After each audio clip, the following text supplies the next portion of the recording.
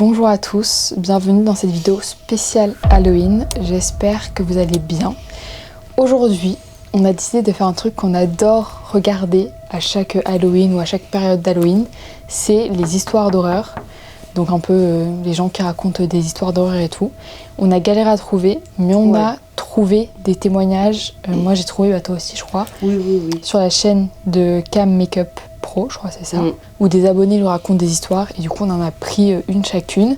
Et on a aussi des audios qui nous ont été envoyés par sa cousine et par ma sœur et sa fille du coup, ou qu'on va écouter en même temps. Et du coup voilà. Donc plongez-vous dans l'ambiance avec nous, mettez-vous un peu dans le noir, mettez-vous dans l'ambiance d'Halloween un petit peu, parce que nous je pense qu'on va pas dormir cette nuit, parce que je déteste ces trucs-là. On a décidé de dormir ensemble. Ouais, parce que sinon ça va être impossible. Mais du coup, en plus il y a Stormy à côté qui est prête à nous faire peur à n'importe quel moment. On va écouter l'histoire de Séverine, l'histoire qu'elle a à nous raconter. C'est pas son histoire, mais bon bref, l'histoire qu'elle va nous raconter.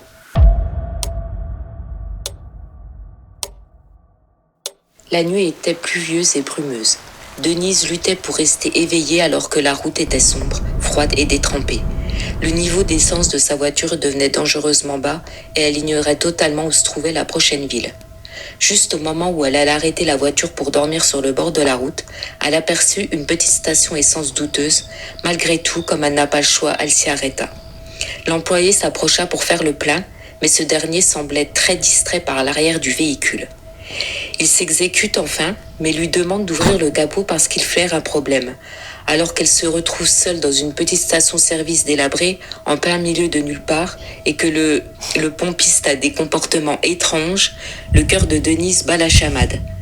Il lui demanda de sortir de la voiture pour voir le moteur. Elle s'exécuta tout en se demandant pourquoi elle ne se mettait pas à crier. Dès qu'elle arriva devant la voiture, il l'attrapa par le bras et lui dit « Cette voiture a besoin d'une remorqueuse, vous devez venir avec moi dans le bureau. » Puis il lui met la main sur la bouche et l'entraîne de force à l'intérieur du bureau. Une fois à l'intérieur, il lui dit « Il y a un homme couché sur le siège arrière de votre voiture, nous devons appeler la police. » La femme apeurée partit en courant vers sa voiture et fila à toute vitesse sans regarder derrière. Au bout de quelques minutes, Denise regarda dans son rétroviseur. Elle vit un homme avec un chandail à capuchon et une hache dans la main sur la banquette arrière. Sur le champ d'un mouvement de bras, il décapita la pauvre femme avec sa hache. Le cadavre de Denise fut retrouvé quelques jours plus tard. Des années après le drame, la police est enfin parvenue à mettre le grappin sur le tueur en série qui avait eu la peau de Denise. Avez-vous regardé sur la banquette arrière de votre véhicule ?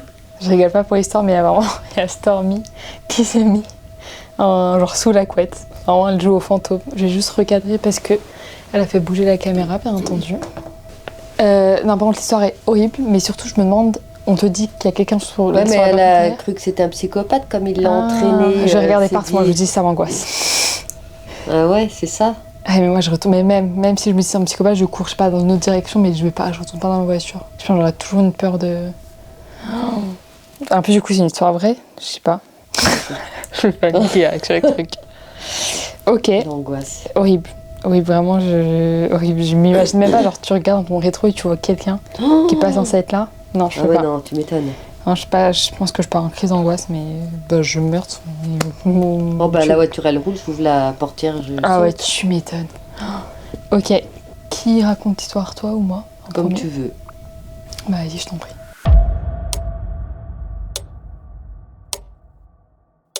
Alors on est dans... Je sais même pas où ça se passe, mais bon, en France. C'est une auxiliaire de vie. Donc c'est une dame qui fait des ménages. Et elle doit remplacer une de ses collègues chez une personne âgée. Parce que bon, donc oui, sa collègue est en vacances, donc elle doit remplacer donc sa collègue chez cette vieille dame. Elle s'y rend et ça se passe super bien. La dame est vraiment adorable. C'est une maison à étage, hein. Mais bon, elle fait ce qu'elle a à faire, enfin son petit ménage, mais la dame lui demande de faire seulement le rez-de-chaussée en fait. Hein. Okay. Et puis ça passe tellement bien que la dame a dit en fait j'aimerais bien que vous soyez là tout le temps pour moi, quoi. Enfin, courant passe bien, donc elle en parle à sa hiérarchie, pas de souci. Donc elle remplace sa collègue chez cette dame définitivement. Et puis, donc, elle s'y rend, ça se passe toujours aussi bien, jusqu'au jour où la dame lui dit est-ce que vous pouvez faire un coup le premier étage? Ok, pourquoi pas. Elle commence à monter les escaliers et arrivée à mi-chemin, elle a le souffle coupé, quoi. Puis elle se dit, punaise, ce serait peut-être bien que je fasse un peu de sport parce que ça le fait pas, quoi. Mais enfin voilà, toi, vraiment. Et elle arrive dans une des chambres donc de l'étage et il y a plein de coccinelles mortes sur le rebord de la fenêtre. Okay. Donc bon. Voilà, elle peut prête pas plus attention, ça interpelle, mais sans plus. Donc, elle fait son petit ménage, elle aspire et tout, puis voilà. Donc, elle revient un autre jour, et pareil, elle lui demande de faire le ménage, à l'étage. Puis là, pareil, elle monte et... Mais là, elle se sent vraiment angoissée, limite envie de vomir, elle n'est pas bien du tout, elle se sent observée, vraiment une angoisse. Moi, elle se dit, bon, allez, il faut que j'y aille, je prends soin. Donc, elle essaye de s'occuper l'esprit, elle chante, mais elle n'est pas bien, quoi. Et pareil, elle arrive, encore ces coccinelles mortes, quoi. Okay. Et puis, elle s'est dit, mais il faudrait que j'en parle à la vieille dame, enfin, la dame. Et puis, en fait, elle redescend et, tu sais, libérée, quoi. Elle se sent tout de suite mieux. Ouais, vraiment à l'étage. Et puis, du coup, elle se dit, non, bon, c'est rien, c'est moi, c'est là-haut, ça passe pas, enfin, je débloque. Donc, elle n'en parle pas. Et puis, elle revient encore une autre fois. Elle remonte, il faut de nouveau qu'elle fasse le ménage à l'étage. Et pareil, alors là, ce coup-ci, toi, pas bien, vraiment encore envie de vomir, de pleurer, toujours cette sensation qu'il y a quelqu'un derrière elle. Vraiment, elle se sent observée, l'impression de voir même une ombre, tu vois, il y a un grand monsieur, vraiment, mais pas bien du tout. Puis là, même pas, elle peut faire le ménage, quoi. Elle descend direct. Et puis là, elle se dit, non, vraiment, faut que j'en parle à cette dame. Et puis donc, elle demande à lui parler, elle s'installe et elle lui explique ce qu'elle vit depuis qu'elle va à l'étage, toutes ces sensations, cette impression d'être observée, de pas être la bienvenue en fait, et comment elle décrit ce qu'elle pense avoir vu, et la vieille dame lui dit ça c'est mon mari en fait qui vient encore me faire chier, mais tel quel, hein, toi.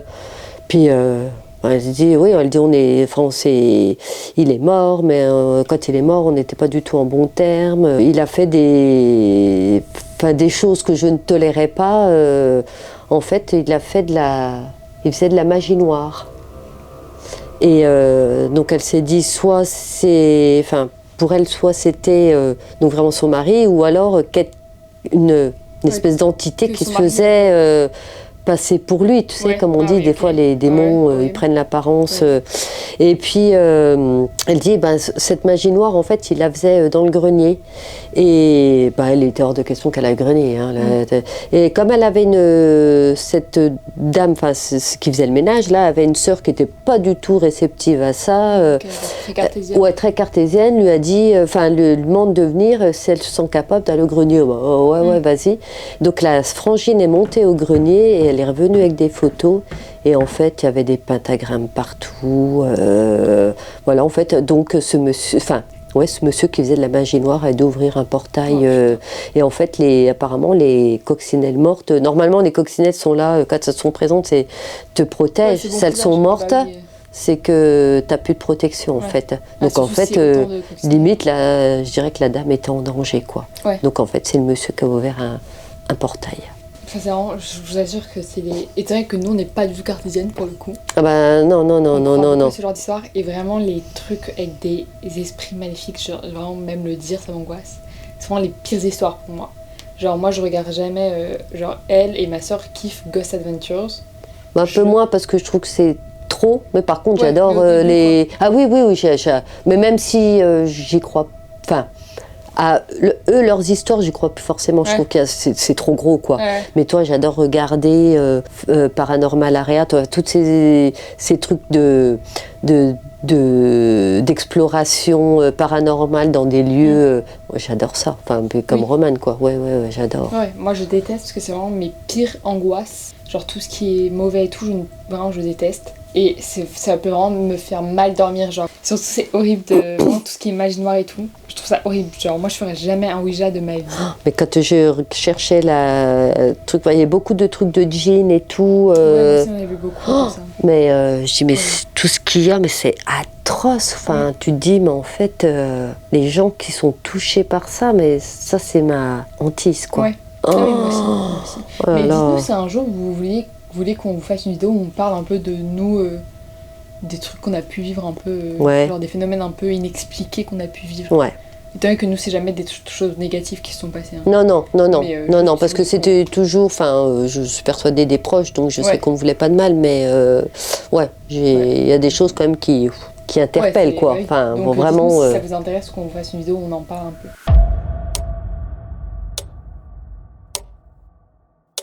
C'est parti. C'est pas vraiment une histoire, c'est plus une légende. Et du coup, elle s'appelle la légende de l'appel des lanternes d'Aokigahara. Donc la légende raconte qu'à certaines nuits, la forêt d'Aokigahara s'éclaire faiblement par des lanternes suspendues aux arbres et qu'elle est visible uniquement par ceux qui sont égarés ou qui s'aventurent seuls. Petit contexte, cette forêt elle est connue pour son haut taux de suicide et elle se trouve au pied du mont Fuji. Donc selon les croyances locales, ces lanternes elles sont allumées par les esprits des anciens Yurei, je sais pas du tout comment ça se prononce. Donc c'est ceux qui sont morts dans la forêt et dont l'âme n'a jamais trouvé la paix. Les habitants disent que si l'on voit ces lanternes clignoter dans le noir, il ne faut jamais les suivre, peu importe à quel point on se sent perdu. Et les esprits de ces lanternes, surnommés les Shiranui, sont censés attirer les vivants vers une fête spectrale qui se déroule au cœur de la forêt. Selon l'histoire, c'est un groupe de 3 amis qui a décidé de camper dans la forêt malgré tous les avertissements. Et à la nuit tombée, une étrange lueur dorée est apparue entre les arbres, semblant danser en rythme. Une des amies, qui s'appelle Mayu, s'est sentie étrangement attirée par ces lumières et elle a commencé à les suivre. Ses amis lui disaient de ne pas y aller, mais elle s'est quand même enfoncée dans les bois, hypnotisée et les yeux rivés sur les lanternes flottantes. Les 2 autres amis l'ont suivi, criant son nom, mais la forêt semblait jouer avec eux, les étouffant de silence. Alors qu'ils approchaient du lieu où elle s'était arrêtée, ils ont soudain perçu un groupe de silhouettes immobiles formant un cercle autour de Mayu. Ces figures à peine humaines étaient drapées de voiles noirs et se tenaient en silence, chacun tenant une lanterne. Tout leur regard vide était fixé sur elle et une mélodie macabre comme un chuchotement se faisait entendre. Elle semblait figée, incapable de bouger ou de parler. Les 2 amis qui étaient effrayés ont tenté de l'attraper pour la ramener, mais dès qu'ils ont posé la main sur elle, ils se sont retrouvés tout seuls. La forêt était redevenue silencieuse et Mayu avait disparu avec toutes les lanternes. Après des heures de recherche, ils ont fini par retrouver la sortie, traumatisés, mais sans aucun signe de leur ami. Et en rentrant, l'un d'eux a trouvé dans sa poche un morceau de papier brûlé sur lequel il était gravé une phrase « La prochaine fois, ce sera toi ». Et les anciens du village disent que ces lanternes marquent ceux qui les suivent et qu'un jour, qu'importe où ils se trouvent, ils entendront le Shiranui, donc l'appel des lanternes, et devront répondre à l'invitation des esprits. On raconte que si vous entendez une mélodie légère et inhumaine dans la nuit, il vaut mieux détourner le regard et ne jamais savoir d'où elle provient. Je connaissais, je sais que j'avais entendu parler de cette légende.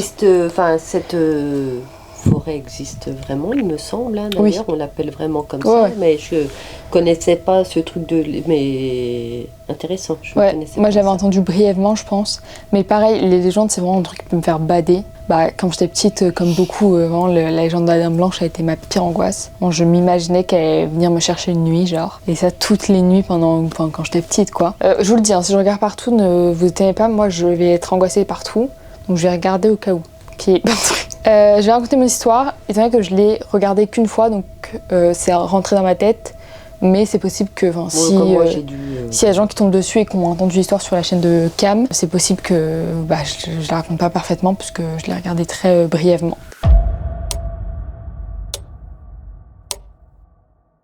Mais du coup, l'histoire se passe en France aussi. Donc c'est l'histoire une vraie histoire, parce que c'est une abonnée qui l'a racontée, d'une fille qui raconte ce qui s'est passé dans l'ancienne...